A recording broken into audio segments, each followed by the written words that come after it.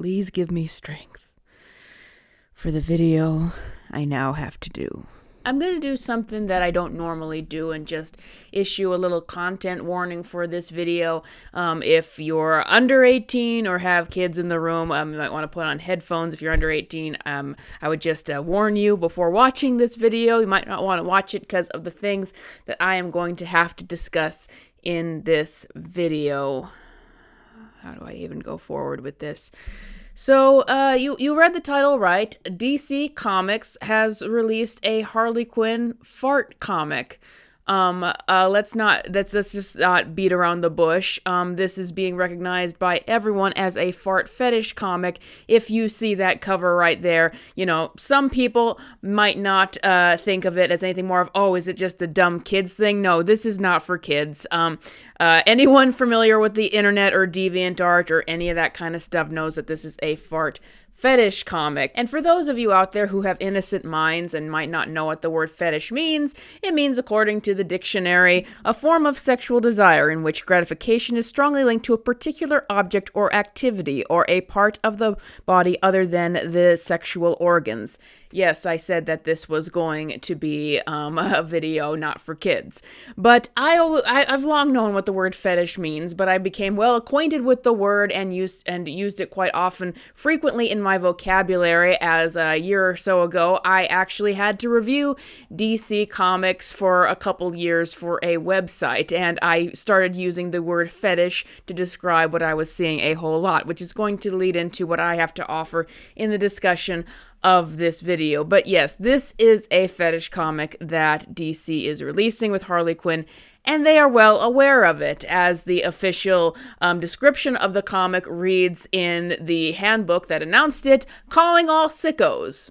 So they know this is a comic released for gooners and whatnot. They know exactly what they are doing with this comic. But let's get into the description. This is a book written by Joanne Sterer, who thought it was a great idea to boldly announce that she was releasing this comic and writing it on social media. And this comic has been universally panned by everyone, surprisingly, except the gooners. But everyone with a decent mind out there has panned this comic, so it's a little embarrassing that Joanne Sterer would proudly announce it. And interestingly, that's the only tweet of hers I can find on her website. DC Comics has actually had a pretty good year. They have done Absolute Batman, and it has gotten their sales back up. Jim Lee, who is the president of DC Comics, recently did an interview about how the DC Comics has really had a bounce back this year.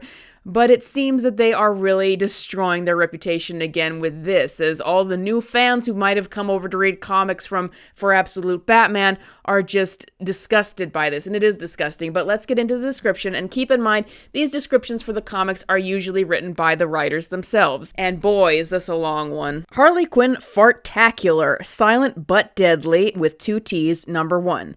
I've been holding in all my very worst bits of bubble guts for the last 32 years, and it's all been leading up to this epic conclusion. Your nose will never be the same. You'll gag, you'll cry, you'll feel things you ain't never felt before. They know what this is.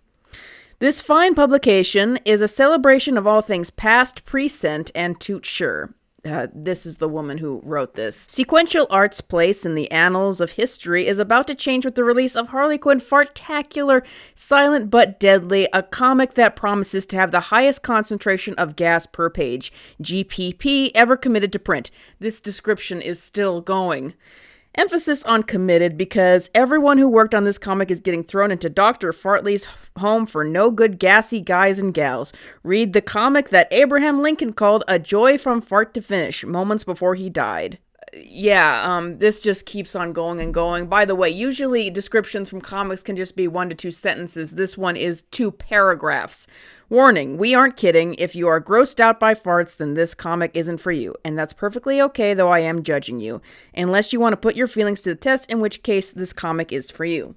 And in case you doubted for a minute that this is a fetish comic, this is officially a rub and smell comic, so that you can actually rub and smell each page. Now, for some people, maybe it would be easy to just make jokes and laugh at DC Comics putting this out, but I actually take it very seriously, and I'm going to tell you why. Obviously, this is a fetish comic, but it actually is nothing new for what DC Comics does these days and for years now with Harley Quinn.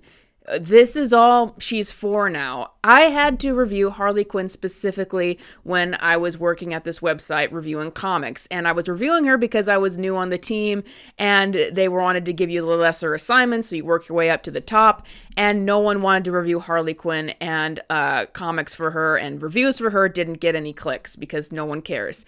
And if you check out the sales we have for comics, Harley Quinn is consistently not even selling in the top 100. She is bottom of the barrel.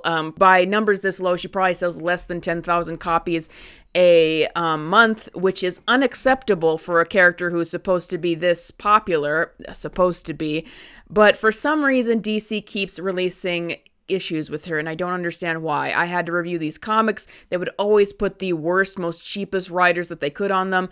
And once again, as I was reviewing comics, I learned the word fetish and used it quite often pretty frequently because of the things that I would see as I was reviewing comics.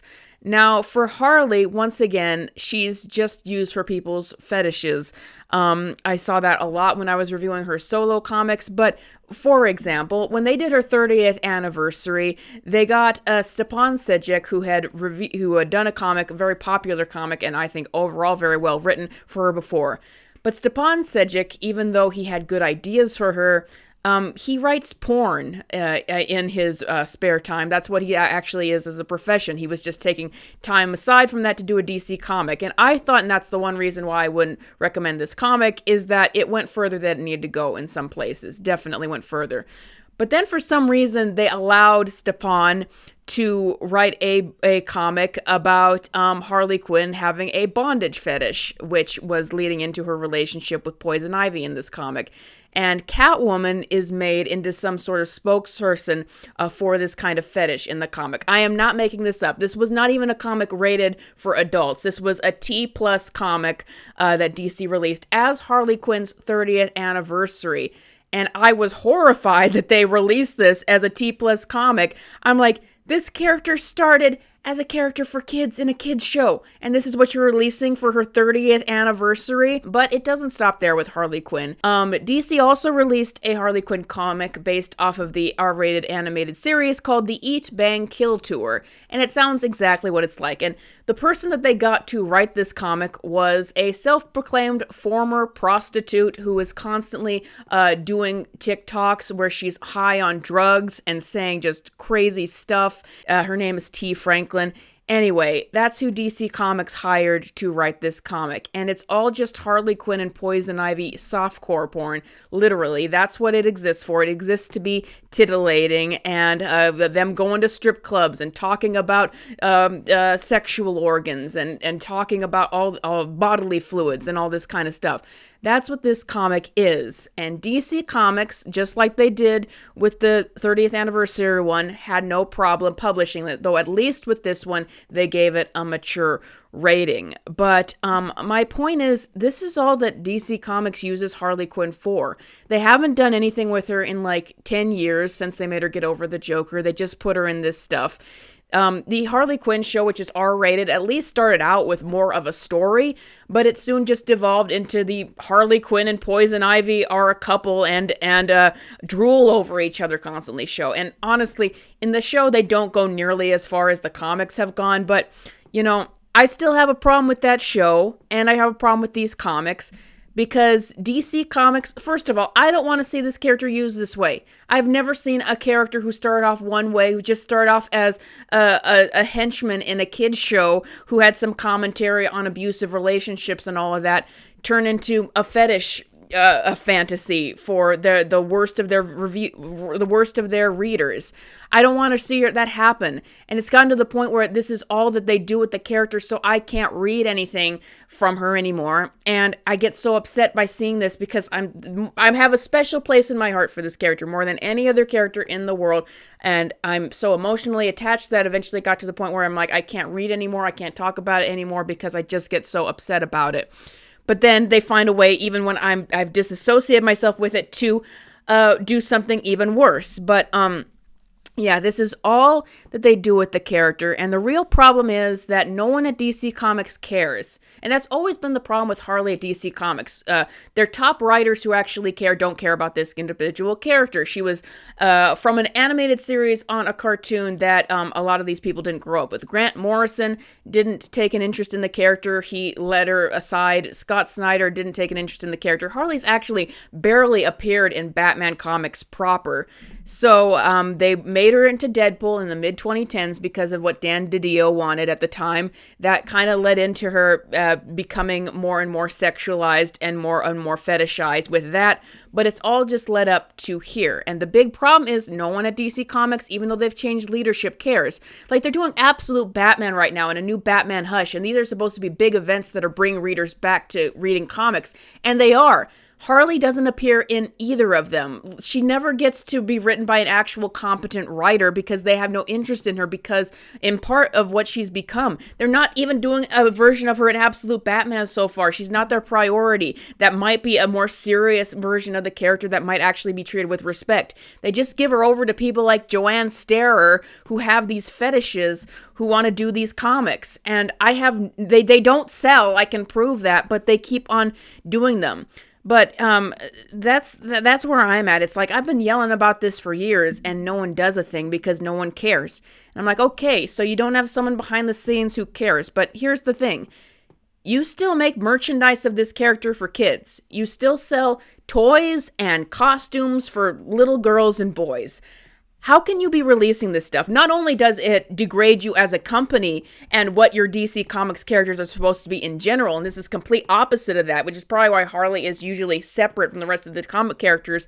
Fine. You don't care about this character who was a representation that you could still make popular characters for DC Comics, and you could still make popular villains. A character who was beloved by fans and who was pushed by fans. Sure, you've destroyed the last popular character that you invented, one that got that popular. But you still make merchandise for kids of this character. You still put her on lunchboxes and dolls and costumes. How can you be doing that when this is the only kind of stuff that you put out with this character, this fetish content? You know, how can you be putting out this fetish content at all when you're selling merchandise of this character to kids? You know, she's not even DC's Deadpool anymore. Like, Deadpool gets cool stories like Deadpool teams up with Wolverine or Deadpool kills the Marvel Universe. Harley gets the Harley Quinn fetish comic, fart fetish comic, written by the lowest of the low writers that DC Comics employs. I agree with the people out there that says Harley Quinn needs to be killed off. I would much rather her be killed off than continue to see this kind of stuff.